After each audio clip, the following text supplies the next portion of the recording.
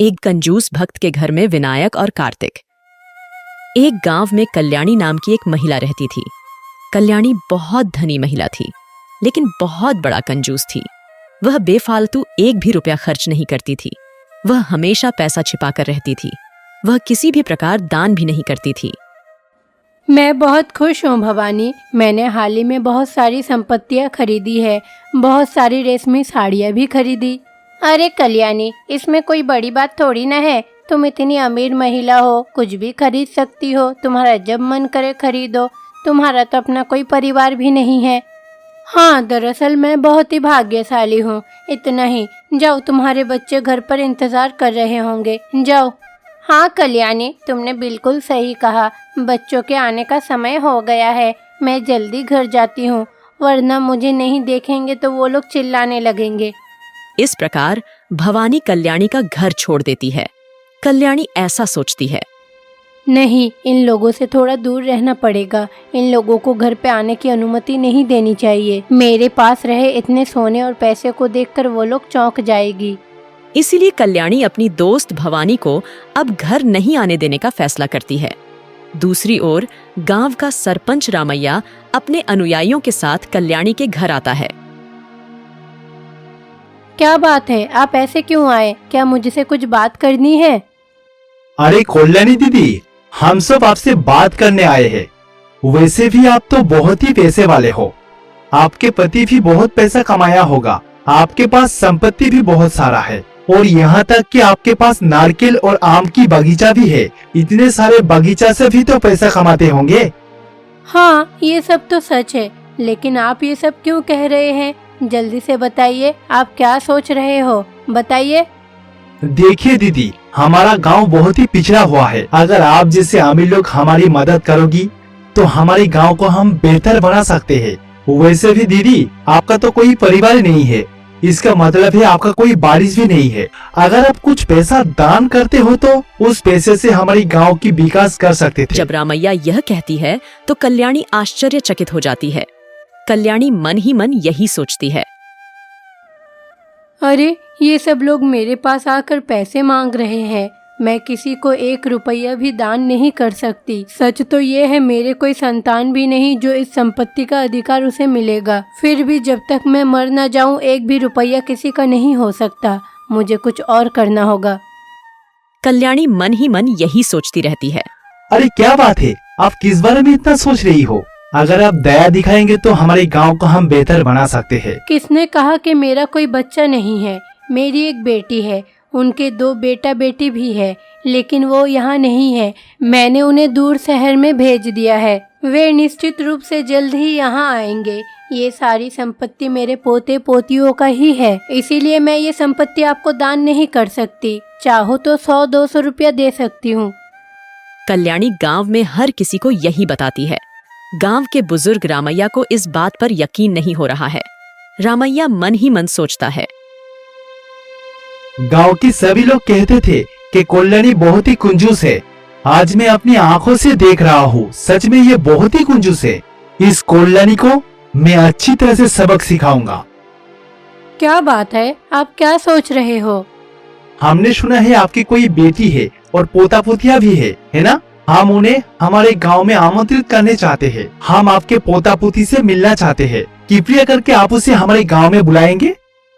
रामैया कल्याणी को यह बात बताती है और गांव वालों को लेकर वहां से चली जाती है।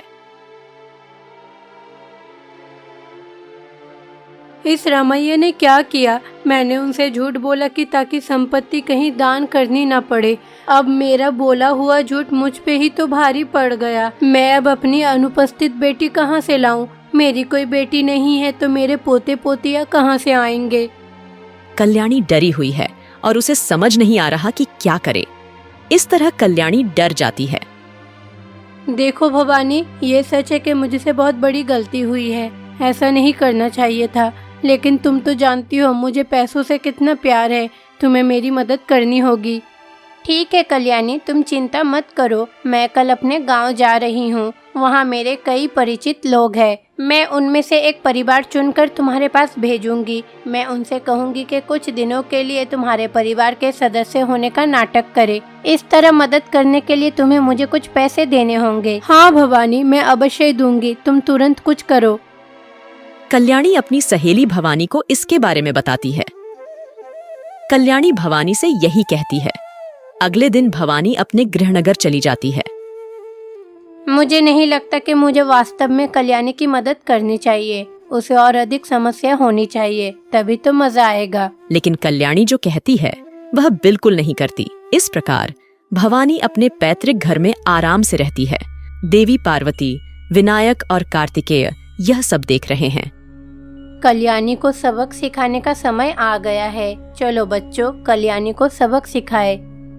इस प्रकार देवी पार्वती, भगवान विनायक और भगवान कार्तिकेय पृथ्वी पर प्रकट होते हैं। इस प्रकार वे साधारण लोगों में बदल जाते हैं और कल्याणी के घर के दरवाजे पर तुम दस्तक लोग आ देते गए? हैं। आओ अंदर आओ, मैं तुम्हारा ही इंतजार कर रही थी।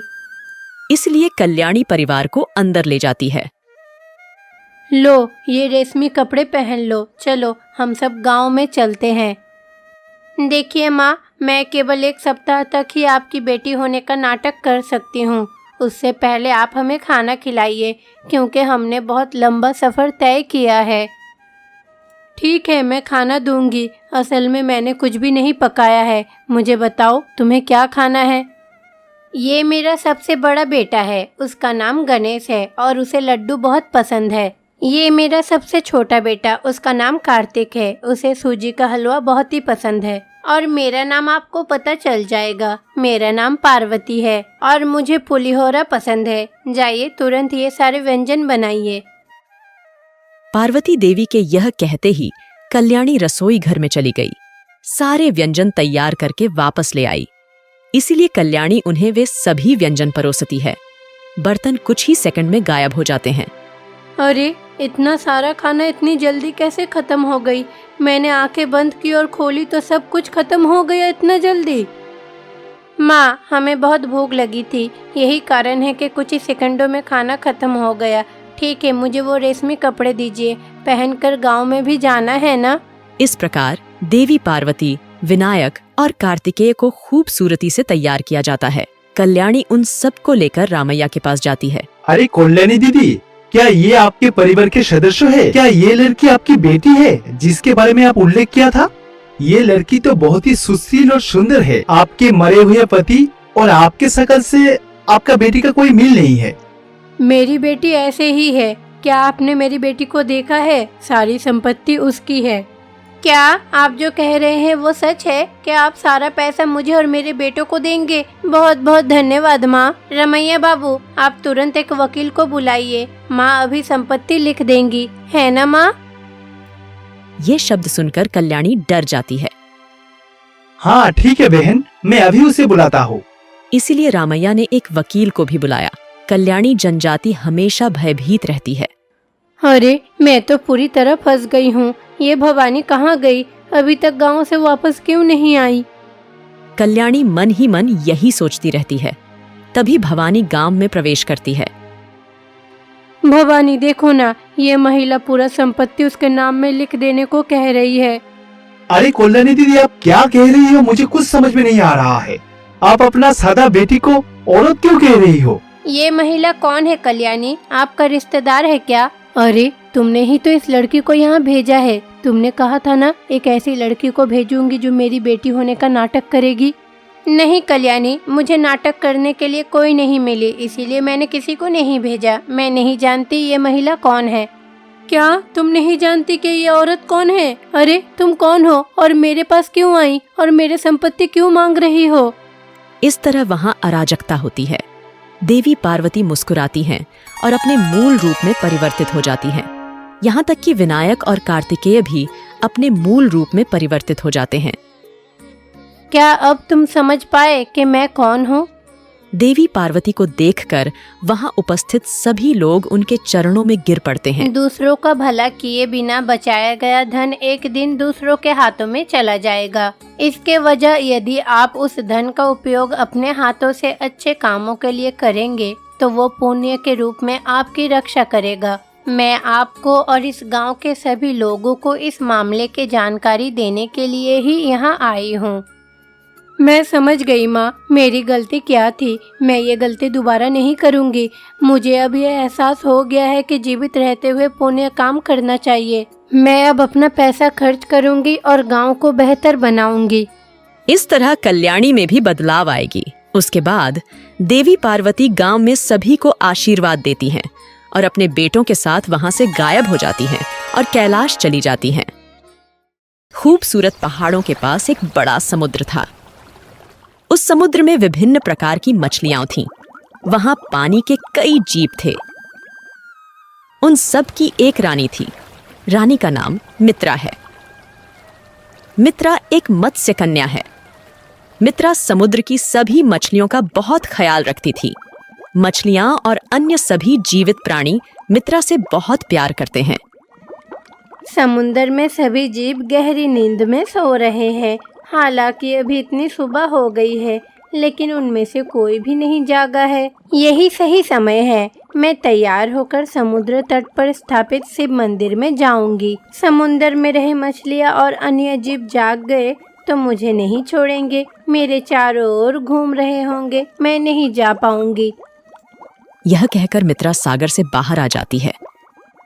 इस प्रकार मित्रा समुद्र के पास एक शिव मंदिर में जाती है। वह मंदिर के फूलों वाले पेड़ों से फूल तोड़ती है और उन्हें एक थैले में रखती है। फिर वो फूल शिव मंदिर में चढ़ाती है।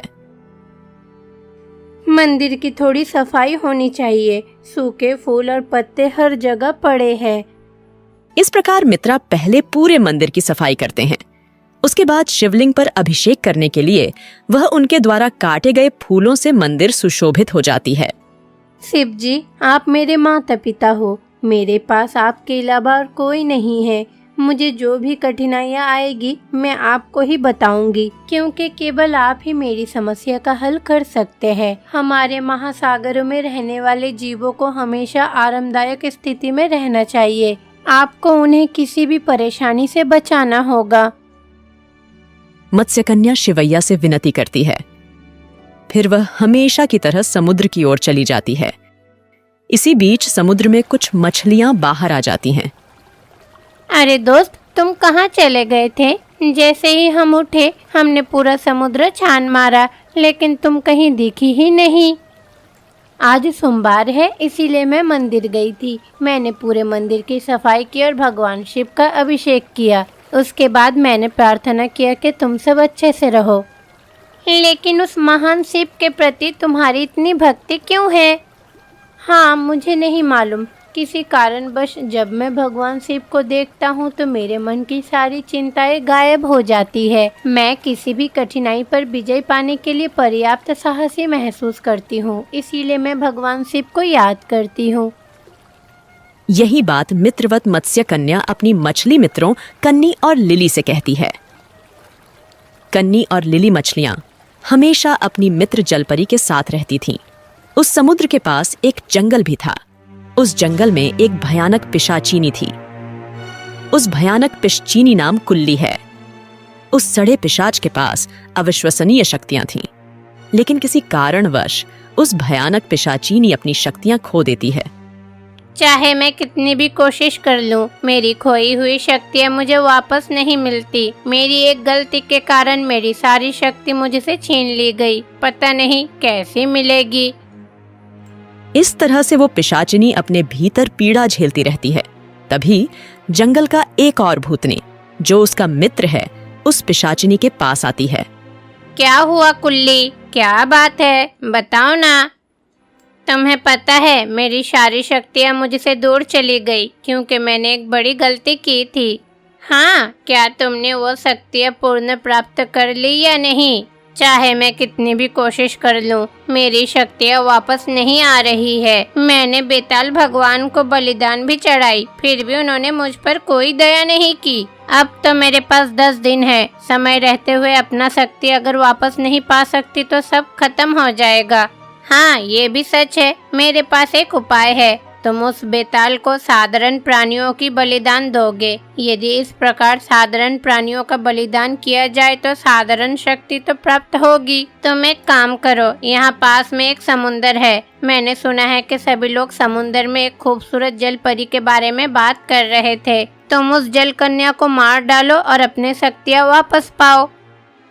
जब जंगल का भूत ऐसा कहती है तो सड़ा हुआ पिशाचिनी भी सहमत हो जाती है। अगले दिन सड़ा पिशाचिनी समुद्र में चली जाती है। वह समुद्र के किनारे एक बड़ी चट्टान पर छिपकर समुद्र की ओर देखती रहती है। इस बीच जल परी मीरा समुद्र से बाहर निकलती है।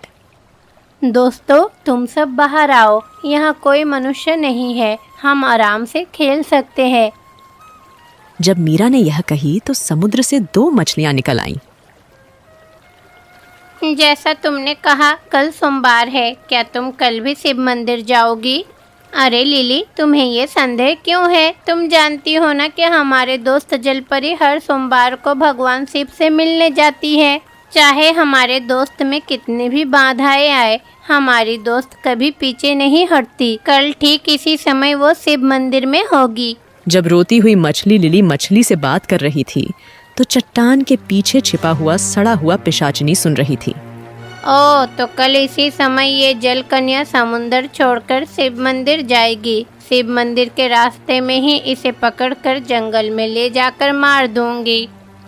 इस प्रकार सड़ा हुई पिशाचिनी जलपरी के बारे में सब कुछ जान जाती है और वहां से चली जाती है। अगले दिन वह शिव मंदिर के रास्ते पर मत्स्य कन्या का इंतजार करती है। दूसरी ओर मत्स्य कन्या तैयार होकर मंदिर के लिए निकल रही है। मेरी डाइनी आंखें क्यों फड़क रही है? मैं नहीं चाहती कि तुम आज बाहर निकलो। मुझे पता है तुम ऐसा क्यों कह रही हो। तुमने सोचा था कि दोस्त के साथ आज खेलोगी। सब कोई बार बार कह रहा है कि आज तो दोस्त मंदिर में जाएगी, इसीलिए तुम्हें बुरा लग रहा है। तुम इसीलिए उसे रोक रही हो। नहीं, मैं सच कह रही हूँ। मेरी डाइनी आंखें बहुत फड़क रही है। इसका मतलब है कि कुछ बुरा होने वाला है। अरे कन्नी, तुम इतना उदास मत हो, मुझे कुछ नहीं होगा। अगर कुछ हुआ तो मेरे शिवजी मुझे बचाने जरूर आएंगे। इस प्रकार मत्स्य कन्या मीरा मछली को चुनौती देती है और मंदिर के लिए निकल जाती है। थोड़ी दूर जाने के बाद मीरा नामक जलपरी का सामना एक दुष्ट पिशाचिनी से होती है। मीरा नामक जलपरी उस सड़े हुई पिशाचिनी को देखकर डर जाती है। तुम कौन हो? मैंने तुम्हें इस जगह में कभी नहीं देखा और तुम दिखने में बहुत ही डरावने हो। तुम यहाँ से पहले चली जाओ। मैं आज अकेली नहीं जाऊंगी, तुम्हें साथ में लेकर जाऊंगी। बेताल के पास बलि चढ़ाऊंगी। इस प्रकार दुष्ट पिशाचिनी ने मीरा जलपरी को उठा लेती है और वहां से जंगल की एक गुफा में चली जाती है। दुष्ट पिशाचिनी मीरा जलपरी को एक बड़ी चट्टान से बांध देती है। आज तुम मेरे हाथों मर जाओगी। मैं अवश्य ही तुम्हें मारूंगी, तभी मुझे मेरी शक्ति वापस मिलेगी। नहीं, मुझे कुछ मत करो, कृपया मुझे अकेले छोड़ दो। मैं अपने समुंदर पर जाऊंगी। इसलिए मीरा नामक जलपरी उस पिशाचिनी से विनती करती है, लेकिन वो पिशाचिनी वास्तव में मत्स्यांगना की बातों पर ध्यान नहीं देती है। फिर वो पिशाचिनी ने गुप्त अनुष्ठान करना शुरू कर देती है। कन्नी मछली कह रही थी कि कुछ बुरा होने वाला है, फिर भी मैं उनकी बातों का नजरअंदाज करते हुए ऐसे ही बाहर आ गई। कुछ ही पलों में तुम्हारी जान चली जाएगी। यदि तुम्हारी कोई अंतिम इच्छा हो तो बताओ, यदि संभव हुआ तो मैं पूरी करूंगी। मुझे छोड़ दो, मुझे इससे ज्यादा और कुछ नहीं चाहिए। ऐसा तो नहीं होगा। इसीलिए वह दुष्ट पिशाचिनी एक बड़ी हथियार लेती है और जलपरी को स्वयं मारने का प्रयास करती है। इस बीच जल अप्सरा मीरा भगवान शिव से प्रार्थना करती है। हे प्रभु, कृपया मुझे बचाइए। ये पिशाच मुझे मार रही है। आप कृपया मुझे बचाइए प्रभु। इस प्रकार जल अप्सरा मीरा भगवान शिव से प्रार्थना करती है। ऐसी प्रार्थना पर भगवान शिव प्रकट होते हैं। भगवान शिव बहुत क्रोधित हैं। मेरे भक्त को इस तरह मारने की तुम्हारी हिम्मत कैसे हुई? मैं तुम्हें नहीं छोड़ूंगा। अब तुम्हें मेरे हाथों मरना ही होगा। यह कहते हुए भगवान शिव उस दुष्ट राक्षस पर अपना त्रिशूल मार देते हैं। वो पिशाचिनी जमीन पर गिर जाती है, छटपटाने लगती है और राख में बदल जाती है। स्वामी, आपको बहुत बहुत धन्यवाद। मेरी प्रार्थना सुनकर आप यहाँ आ गए। मैं आपकी ये उपकार कभी नहीं भूलूंगी। देखिए जलकन्ना, यदि आप मुझे आरती के साथ बुलाओगे तो मैं अवश्य आपकी रक्षा करूंगा। इस प्रकार भगवान शिव जलकन्ना को आशीर्वाद देते हैं और वहां से अदृश्य हो जाते हैं। जलपरी समुद्र तक पहुंचती है। जो कुछ भी हुआ वह सब मछलियों को बताती है। जब मछलियों को इस बारे में पता चलता है तो वे भी बहुत आश्चर्यचकित हो जाती है। लेकिन मीरा जलपरी जब सुरक्षित समुद्र में वापस लौटती है तो बहुत खुश होती है।